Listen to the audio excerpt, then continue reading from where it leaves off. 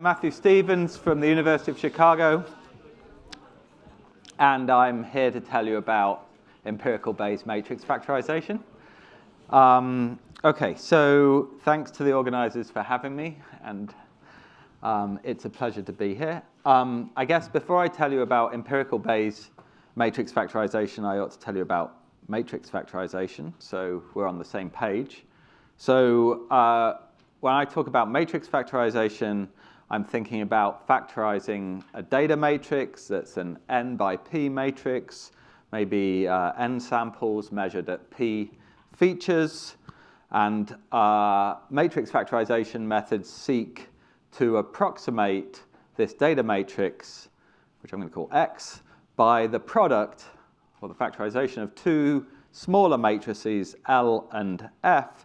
So L is n by k, and F is p by k, and k is going to be small compared with n and p.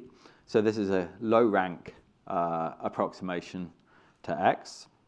And you've probably seen things like this before, but just to give you an idea, the kind of things people might try to do is choose L and F to make this sum of squared errors as small as possible, for example, and maybe subject to some kind of constraints on L and F. So two commonly used examples are if we constrain L and F to be orthogonal matrices, then essentially you end up getting the truncated singular value decomposition as the solution to this problem.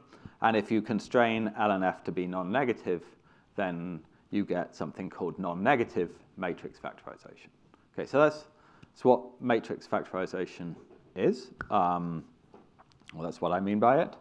So a kind of a trivial, but I think maybe important point is that you can think of a matrix product like this, LF transpose, as a sum of these low or rank 1 matrices. You can write this product as a sum over K of LK FK transpose, where LK is the kth column of L, and FK is the kth column of F, right? So any matrix factorization is also a decomposition, right? And I've learned that people think of even matrix factorization or producting matrix multiplication in different ways. So I think this is a really useful way to think about it. And in particular, it's a useful way if these capital K different components here are what I'm going to call interpretable. So either scientifically or physically interpretable.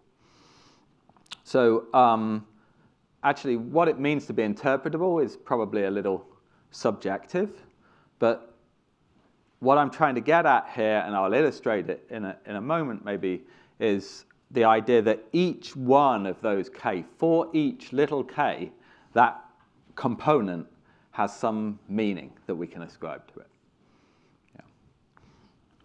Yeah. And sometimes, I guess I used to call this interpretable matrix factorization. If people asked me what I was doing, I'd say I'm trying to find interpretable matrix factorizations, and they would look at me blankly.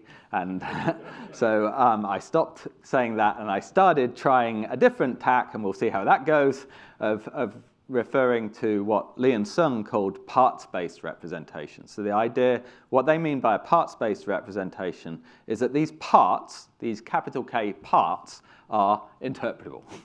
That's what they mean. Okay. So I'll give an example in a minute, but at high level, I'm interested in what features of a matrix factorization method lead to more interpretable or parts-based representations.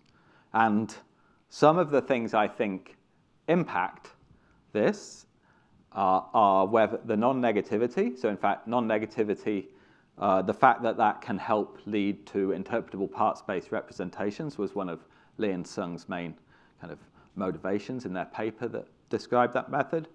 I think sparsity can impact things, so sparsity of L and or F. Orthogonality can impact things, and also how you transform or don't transform your data can also have an impact.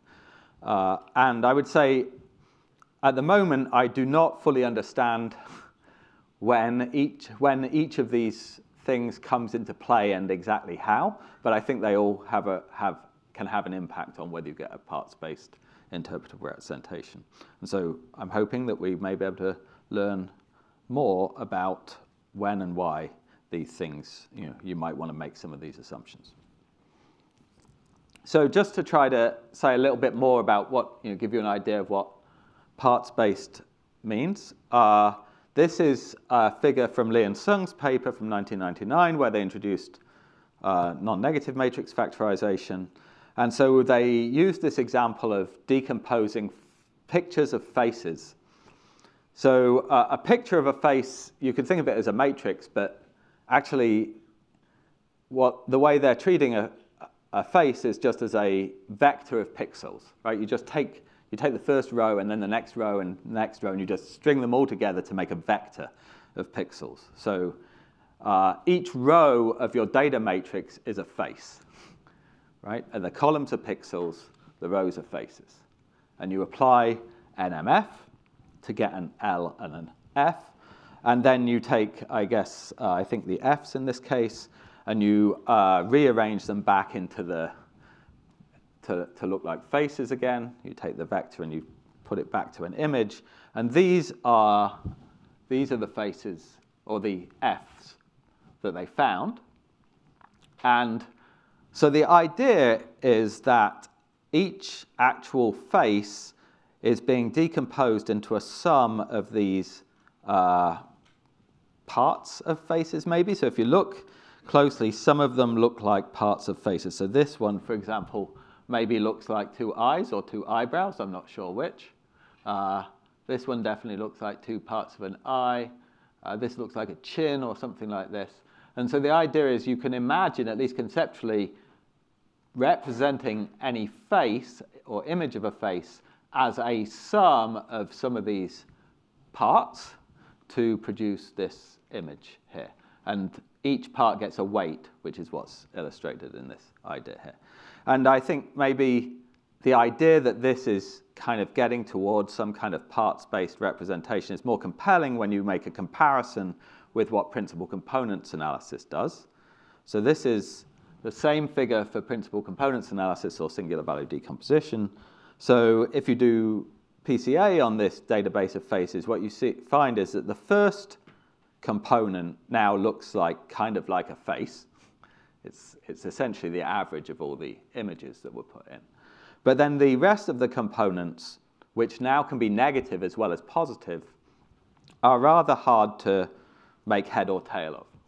And in fact, now you're representing a face as a sum of all these guys, some of which may have negative weights, because you allow the weights to be negative. And you add it all up, and magically what happens is some things cancel out, and you get at the end something that looks like a face. And so the idea behind their non-negative matrix factorization is that by avoiding this kind of canceling out things, you get a more interpretable decomposition. That's the claim. To give an example, in genomics, so this was an example where we applied essentially a version of non-negative matrix factorization, also known as topic modeling, to some expression data. So the data here are 1,000 samples from donors and from 50 different human tissues. So each sample is from some tissue.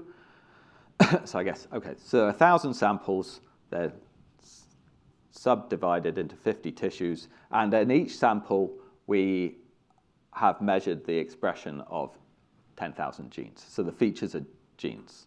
Yeah. So the data matrix is samples by genes. Maybe the only thing I think you need to know for understanding the visualization I'm about to show is that the topic model that we use normalizes the loadings to sum to 1. So the loadings here, the L's are non-negative, the F's are also non-negative, and we're normalizing the L's to sum to 1. So what you can guess, roughly speaking, Xij is the expression of gene J in sample I, and you can think of Lik as a kind of a membership of sample I in that component, and the memberships are non-negative and sum to 1. And Fjk is capturing the gene expression of gene J in that component. So each component is characterized by a set of gene expression values, and each sample is being written as a sum of these things, or a weighted sum of these, if you like, canonical gene expression values. So to visualize this result, here I'm visualizing the memberships, which remember sum to 1. So a convenient thing about non-negative things is that they can be visualized in stacked bar plots like this. So each small column, this figure consists of 1,000 columns, right? So each tiny small column is a sample, and it has membership in each of, I think, around 25 different components. How did we choose 25? Well, when we ran out of colors, we stopped. So that's my favorite way to choose the number of components. So what you can see here is that all these samples on the left-hand side have strong membership in what we've colored the green component. And then the next set of samples has some membership in green, but also some membership in a kind of a lilac component, et cetera, right? So the colors show for each sample which components is it being loaded on. So what you can see here is that most samples have kind of a dominant membership in one component. Right? If every sample had complete membership in only one component and no others, this would essentially be a clustering of the data, right? If every sample belonged to you. Yeah, question? How would you talk about the purple, dark purple that is all over in the bottom side of every sample? Yeah, it's not maybe somewhat every. The purple is you might think of that as capturing a component that's shared across lots of cells, and maybe it has, there's some housekeeping genes maybe in there that are common. Maybe that's capturing that kind of process. Actually, this is quite common in this kind of thing, that you see a component that's kind of capturing some kind of background that's present across a lot of samples. That doesn't always happen. It's usually the least interesting of all the components, actually, right? So what's kind of interesting is maybe these other components that appear only in one tissue type, and maybe I should say the picture is organized by the 50 different tissues. So within each, the little white vertical bars separate different tissue types. So these guys who are all some kind of mustard color are all from transformed fibroblasts, for example. Okay, all well and good. Is this a parts-based representation? Well, it's certainly representing each sample as a sum of a few parts. Whether they're interpretable or not is maybe another question. So how do we try and interpret them? Well, one way to interpret them is that each part is, remember, a expression level for every gene. So you can go and look at, for each part, and you can ask, well, which genes are very highly expressed in that part. And so let me just highlight, highlight just something that's maybe a little interesting. You can see this salmon component here, which is a dominant part of several esophageal tissues, also appears as a much smaller part in these arteries. This is the tibial artery. And so when you go and look at the genes that are associated with this component, they're smooth muscle related genes. And so this seems to be a component that's related with smooth muscle tissues. And I didn't know this before I did this, but apparently artery tissues have a smooth muscle component that helps move things along. So that's what that's representing. So you can look at and try and understand each part by looking at the genes that are expressed. Okay, so that was non-negativity. I want to move on to sparsity. So as well as non-negativity affecting parts-based representations, I think sparsity can also help make or affect whether you get a parts-based representation. So I'm going to first show you an example, and then I'm going to tell you how we did it. So this example comes from, it's also the same, it's kind of the same data, the GTEx data, but this time the data that we're factorizing is not the gene expression levels, but it's the effect sizes, or the estimated effect sizes of different genetic variants on gene expression in the different tissues. Okay, so each row now of the matrix corresponds to a genetic variant that's being associated with expression of its nearby gene, a cis-EQTL, if you've heard that phrase before. And each column is a tissue. And the entry in the matrix is, what's the estimated effect size of that genetic variant in that tissue? Yes. So Xij is the observed effect size of EQTL-I in tissue J. So now LIK, I'm going to call it the quotes membership, scare quotes, because these are no longer non-negative right now. We're dropping that for now. We'll come back to the non-negative assumption on L, but for now, we're allowing these to be negative. So membership of EQTL-I in component K, and FJK is the effect size in tissue J due to component K. So we're trying to decompose these effects in this way, and I'm going to show you some histograms of the Fs in this case that we get.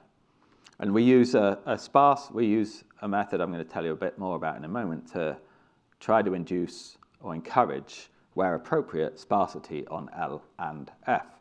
So this is the first component here. So each column here is a tissue. And what you can see here is that every tissue has a fairly appreciable membership or loading or value for that tissue. So what this represents here is an EQTL that has an effect, and actually a fairly similar effect across all tissues. Right? So that's what that's capturing. This component here has a much stronger effect in brain tissues, that's the yellow tissues, and actually it's essentially contrasting the effect size in brain tissues versus all other tissues. And these other two tissues that are kind of poking up with brain are the testes and the pituitary gland. So they seem to share effect sizes more slightly with the brain tissues than with other tissues. And this factor here, just for contrast, has essentially one big bar in blood. So this factor is capturing EQTLs that essentially have a much stronger effect in blood than anything else. So just as an example, a EQTL that's loaded on factor 1 and factor 3 would be one that has an effect everywhere, but maybe a much stronger effect in blood than anywhere else. And then other factors, you can see these other factors are indeed quite sparse. Some of them, like the blood sample, blood specific is maybe interesting, easy to interpret, but maybe a more compelling example in a way is this fourth factor, which picks out the two skin tissues. There are two tissues in this sample, or this data set, that are called skin sun-exposed and skin not sun-exposed. And what you can see here is that this factor is capturing that there are some genetic variants that have a very similar effect in the two skin samples, but maybe not the others. And this is a esophageal tissue that I guess shares some skin cells, or yeah. Just to contrast that with what you get if you do PCA, we use soft impute here, but essentially for our purposes of this talk, you can think of this essentially as PCA. It doesn't have a sparsity assumption. You can see, the first component looks actually very similar to the one we got, but the second one looks somewhat similar, but is a bit more up and down. And then the third, fourth, fifth, and sixth factors, which are not sparse, have lots of different combinations of tissues and are kind of hard to interpret. And in fact, I'd say generally, principal components analysis does not provide a parts-based representation, usually an interpretable parts-based representation. It provides a decomposition, and if you're lucky, the first principal component might be corresponding to something that you can interpret, And if you're really lucky, the second one might too. But as you go down, getting third, fourth, and fifth, they don't individually capture something interpretable. It's like collectively they capture something. And that's the difference between a part space and not part space. So how do we do this? This is the empirical Bayes matrix factorization idea. So this is just this is the model. So the data matrix X, this is LF transpose, remember, plus an error term. We're going to assume normally distributed errors. And the key part, I guess, is this prior that we're going to assume on L and also prior on F. So for each component K, we're going to assume that the L's come from some prior distribution, which I'm going to call GL sub K, and the F's also come from some prior distribution that I'm going to call GF sub K. And these are assumed to come from some family of prior distributions, curly GL and curly GF. So you can have different families for L and F if you want. You could use the same family. And these families might be non-negative, or they might not. So if you want L and F to be non-negative, then you would choose a non-negative prior family here. And they could also, or alternatively, be sparse families. So if you want to induce sparsity in the L's, then you might choose a family here of potentially sparse priors. And the key idea behind the empirical Bayes part of this is that we estimate the prior distributions from the data. So what that means, in particular in the case of sparsity-inducing priors, is we're going to estimate how sparse should each loading and each factor be. So we estimate for each factor, we estimate its prior, which includes a component of sparsity. How sparse is it? And so, in this example, you can see it learned a prior for this factor that was not very sparse, and the result is the factor is not very sparse. Whereas maybe for this, sorry, that's the soft MP one. Maybe for this one, it learned a much sparser prior, which encourages it to put all its weight on one or two things. So how do we learn those things, though? Okay, so it's hard, but so actually, maybe I should say after we've learned the priors, we're going to also learn the L's and the F's, taking account of those priors. Right? So that's the sparsity of the prior ends up impacting the sparsity of the L and F. Actually, maybe I should make a point I forgot to make here, which is when I say sparsity of L and F, I don't necessarily mean that many elements are exactly 0. I just mean close to 0. So sparsity here you should interpret as meaning many elements close to 0.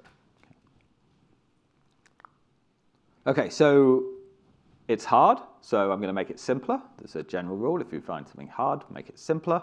So I'm going to focus on the k equals 1 case for a moment. Okay. So I can write this here, get rid of the k subscript, x equals LF transpose plus E. And now my goal is essentially to estimate the prior on L, the prior on F, and then estimate L and F. Okay. Well, that's still hard. So let's think about something even easier. Let's think about a problem I can solve. And the connection with the matrix factorization I'll make in a moment. So just bear with me a moment while I tell you about a problem that I can solve. This is called the empirical Bayes normal means problem. It's kind of a key model that kind of stands behind a lot of empirical Bayes work. So in this model, we assume that we have n independent observations, y1 up to yn, that are each noisy observations of some underlying value theta. So yi is you can think of it as a measurement of theta I with noise. Right? So yi equals theta I plus some noise, and the noise has variance si squared. So the variance can be different for each I. And being empirical Bayes, we're going to assume that the thetas come from some prior distribution G, and we're going to estimate that G from the data subject to G being in some prior family here. So, okay, so estimating distributions might sound complicated. When I say estimated distribution, usually these are parametric distributions, and so I'm actually estimating parameters of those distributions. Actually, we often do non-parametric distributions, but even then we do it by making them have a lot of parameters and estimating those parameters. So you can just think of estimating this prior distribution as estimating the parameters of that prior distribution. So we fit this model. The empirical Bayes idea is to fit this model in 2 steps. The first is to estimate G by maximizing the likelihood, and the likelihood is given by this under the assumption that the y's are independent. And for many prior families of interest, this integral here can be done analytically, and then this maximization over G, over the parameters of G, can be done using numerical optimization techniques. So what you need to know is that this problem, estimating G, can be performed efficiently for many different prior families, curly G. And then the second step after having estimated G is, little g, is to compute these posterior distributions. And again, these posterior distributions often have analytic expressions for a wide variety of prior families. So I've invested some graduate students in this problem, and one of them, Jason Willwerscheid, has written a very nice package for fitting this model or for interfacing to other people's methods to fit this model for a wide variety of different prior families. So this is the kind of the core of the problem that we can solve, and now we're going to use this to solve the matrix factorization problem. So how do we do that? Well, essentially, the key observation is that if we knew F here, if we knew F, then estimating L actually becomes an empirical Bayes normal means problem for L. And I'm going to hand wave a bit to just convince you or suggest to you that it might be true. If you want to take my word for it, you can just take my word for it. But my hand waving is, if we post-multiply by F, we post-multiply this by F, we get XF equals LF transpose F plus EF. And F, remember, we're assuming it's known. F transpose F is just a number, the scalar, that we know, so we can divide by it. So if we call Y now XF divided by F transpose F, then YI is an estimate of LI with error given by this, which is also normally distributed. So the intuition here, so then now this looks like a normal means problem, right? That's the idea. So, okay, going back to this then, the key idea is that if we knew F, then solving this problem for L is an empirical Bayes normal means problem, and we know how to solve that.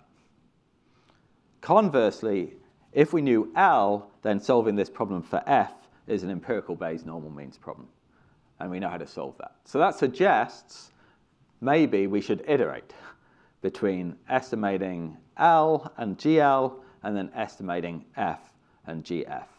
And it turns out that you can kind of formalize that idea and show that if you get the details right, that this corresponds to finding a variational approximation to solving this problem. So if you don't know what that means, don't worry too much about it. If you do, maybe that helps you. This is a variational approximation, so we might call it variational empirical Bayes. I mean, this fact means that not only is it an intuitively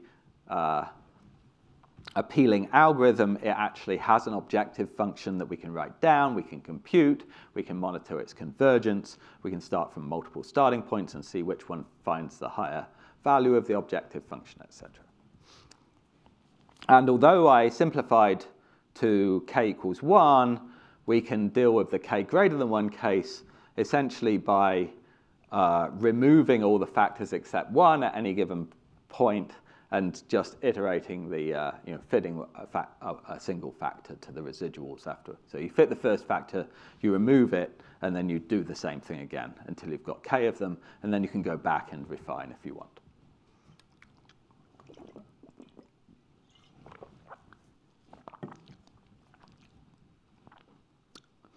Okay, so there are other ways to do matrix factorization with sparsity. So maybe I just want to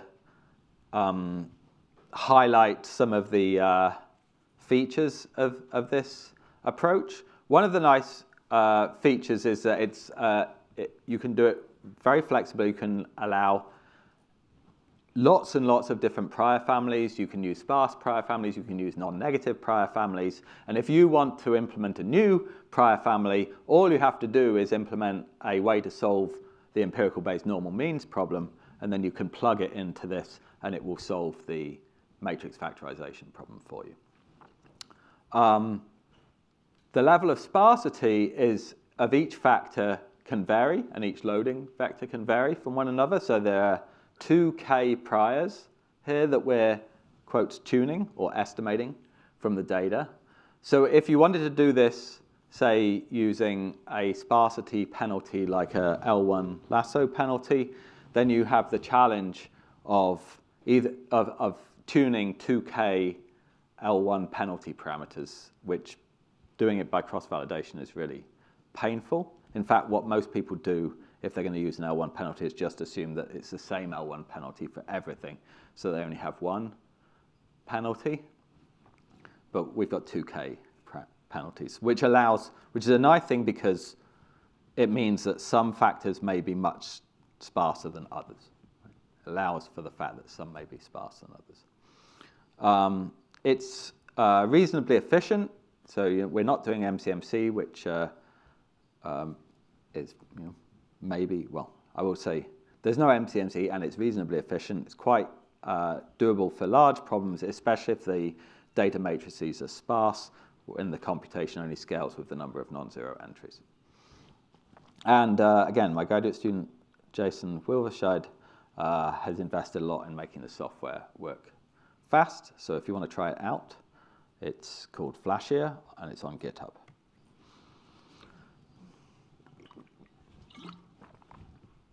Okay, so I've kind of emphasized the generality, but maybe it helps to be a bit concrete for now. So one concrete prior family we might use is this one here. So what this is, each prior is now a mixture of a point mass at 0 and an exponential distribution. So this is a sparse, non-negative prior.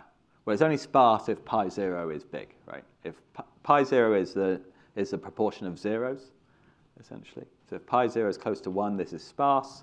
And it's non-negative because exponential distributions are non-negative.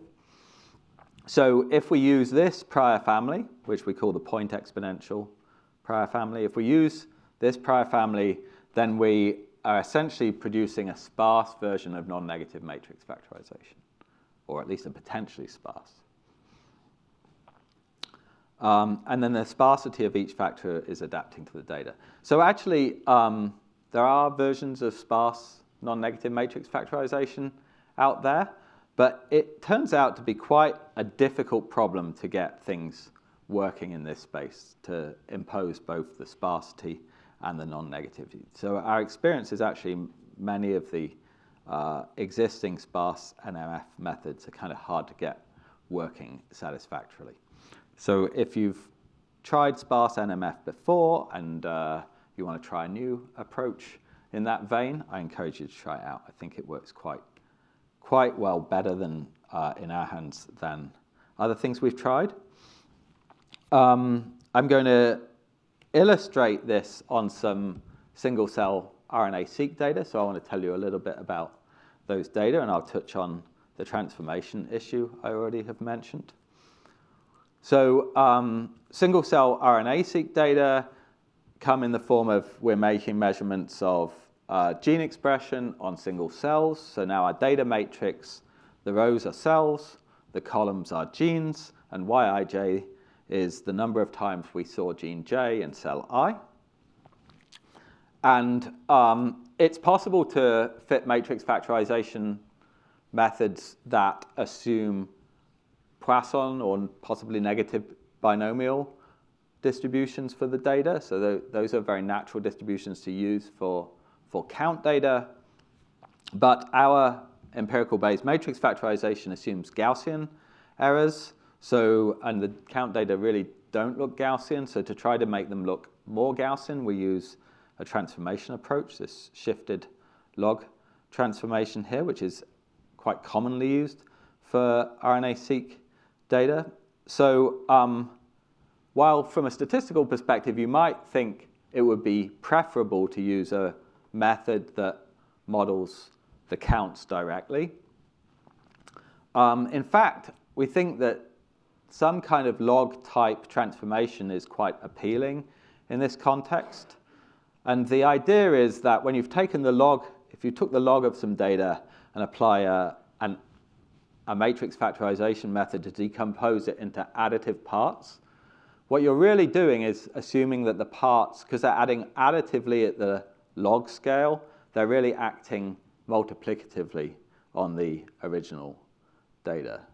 So it seems like when you're dealing with gene expression, if you think about the way that gene expression changes, people usually talk about gene expression changes in terms of fold changes or log fold changes. That is multiplicative changes rather than additive changes. It's kind of natural to think about changes in gene expression as being multiplicative. And so taking a log-like transformation is getting closer to that.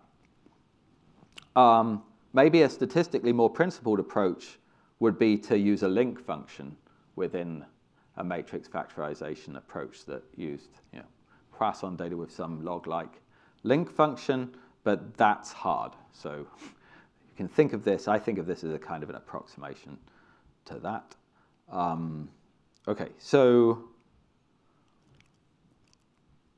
good. Okay, so let me show you a quick illustration of how the sparsity changes things. So this is a single-cell data set from Montoro et al. On 66,000 mouse cells. And I guess a key point of their original analysis was that it discovered a new cell type, which they referred to as pulmonary ionocytes. So I'm going to kind of use the fact that our method highlights these cells as a kind of a plus for our method here. So this is what happens if you run NMF on these data. So so I've switched from those nice colorful plots here to heat maps because I've got 30 factors and a lot of things, because it's not as sparse as the other one, you just get a lot of color and it's hard to see anything. So each factor now is a column in this matrix. Each row is a cell, and they've been ordered by the cell type labels, which are not gold standard by any means, but were kind of assigned by the authors of the original study based on the data. Okay, so based on some kind of clustering. So these are their cell type labels.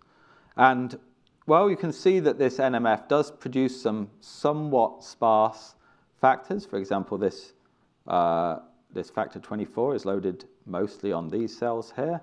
But when you do sparse EB NMF, you get a much sparser representation.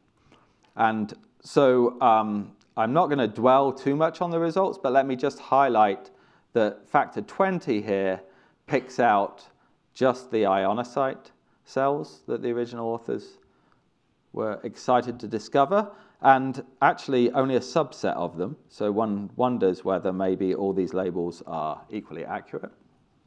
Yeah, the other ones seem to have more in common with this factor here. Okay, but that factor is absent from this original NMF. So there's no single factor in NMF. And actually, if you're interested in topic models, this is the one that just models the counts directly. It's also somewhat sparse here, the loadings, but there's no ionocyte-specific topic either. Okay, we're getting to the end of the talk, so I'm going to throw a few quick ideas at you that I'm not going to really expand on fully, and then just show you some results for another study that we've done. So one observation is that maybe when you look at this result, maybe you think that some of these factors look kind of quasi-binary. That is, they seem to be on or off. Some of them are more like continuous, right? Grayscale from 0 to 1, but others look like they're more kind of quasi-binary. So maybe it would be helpful to have priors that allow quasi-binary memberships. Another comment is that if you think of these factors as representing biological processes that may be upregulating some genes or downregulating some others, when you think about it like that, you think that the F values, which represent the changes in gene expression or the log-fold changes in gene expression that are being caused by each factor, you might think that you should allow some of them to be negative as well. That is, some genes, a biological process might be associated with genes going down as well as up. So we might allow F to be negative, maybe. L positive still, because you can't be negatively you can't be a member. I said membership before in scare quotes. I don't really think it makes sense to allow negative membership, but you can have positive membership in a process that reduces gene expression. That's okay. A last idea is that some of the components that we learn may kind of be similar to one another in terms of the genes and variables involved. So maybe it might be worth trying to make them less overlapping by, say, requiring them to be orthogonal to one another. So actually, 5 years ago, I was pretty down on orthogonality constraints. I would have said, yeah, no, orthogonality, that's silly. Biology is not orthogonal. That's just math. We don't want to assume that. But these days, I actually think that there are some maybe potential benefits in some cases of assuming that one of or other of L and F are orthogonal. It can impact, as I say, the whether or not you get a part space representation. So we've implemented all these ideas into a version of our matrix factorization that we call, for reasons that are not going to become clear in this talk, generalized binary covariance decomposition. So I just want to quickly show you the results of that study, and then I'll wrap up. So this study looks at pancreatic ductal adenocarcinoma. It's a highly lethal disease. And one of the things we might like to be able to do is identify disease subtypes, particularly if they're clinically relevant. And so early studies which applied non-negative matrix factorization to microarray expression data identified 2 subtypes of this disease, basal and classical. And later studies have attempted to refine these subtypes. So we took data from 3 single-cell studies on malignant cells from PDAC tumors. And this is what happens if you plot a dimension reduction, what's called a t-SNE dimension reduction in 2 dimensions of these data. All that you're supposed to see here is that the cells cluster by patient. Okay, so the studies are labeled A, B, and C, and each patient has a number within that study. So this label C18 here, all these cells here are coming from a single patient in that C study. And then there's another bunch, A12 here. These cells are all coming from that patient in study A. And so the fundamental kind of structure, the most fundamental structure in these data is these very strong patient effects. So the problem with this is that these strong patient effects can hide commonalities among different patients or some cells. So the patient's effects are so strong that they kind of obscure maybe seeing things that are shared between patients, which is what we want to do if we want to identify subtypes, for example. So what people usually do when they're analyzing these data to kind of get around this problem is to apply NMF separately on each patient.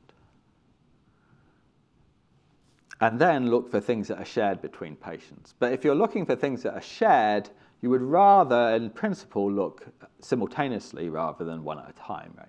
So what our method does is kind of pick out the patient-specific effects as well as other effects.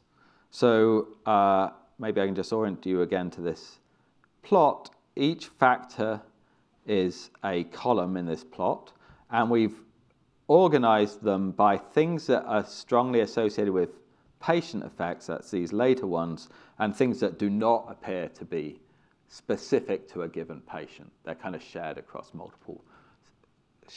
cells in multiple patients. So this factor here, so the cells are organized by study, A, B, and C, and then within each study they're organized by patient. So this factor here is just picking out all the cells that come from this patient in this study. And this factor here is picking out all the cells that come from this patient. So these are all kind of patient effects. Some of them are not quite pure patient effects. There's some sharing across patients. We had to draw somewhat arbitrary lines in some cases. This is a data set specific effect, not a patient specific effect. We think that's probably capturing batch effects, essentially. And then we think these are maybe the more interesting biological effects.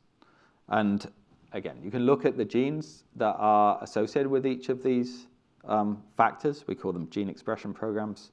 And one of them, well, some of them are associated with what people have previously described as classical or basal subtypes of the disease. Some of them are not associated with what people have previously characterized as subtypes. And so maybe those are interesting for future follow-up. And in some preliminary analyses we've done on associating with these factors with survival, one of them, which is a hypoxia-related factor, is indeed associated with survival in a study of actually bulk data. The details are a little tricky, but anyway, all this to say, there's some reasons to think that some of these factors are explaining some heterogeneity of disease and possibly associated with survival. I'm going to skip over that picture and just sum up. So matrix factorization, I think, has great potential to obtain these interpretable parts-based representations of data, provide scientific insights into large numbers of problems. Pretty much anything you've got a matrix, you can factorize it. But the way that various assumptions you might make about this factorization, non-negativity, sparsity, orthogonality, transformations you might make, affect the representation you get out. And I think right now we don't really fully understand or appreciate how to put these different ideas together to get the most interpretable results. And it may be that the answer is different for different data sets, and it may be that I think currently the best approach is to try a bunch of different things, including non-negativity and including sparsity, to see if you get insights from the results. I want to acknowledge my co-authors, Peter, Kushal, Junsuk, Yusha, Abhishek, Wei, and Jason, and other co-authors, and the support from the NIH. I'd be glad to take questions. Thanks very much.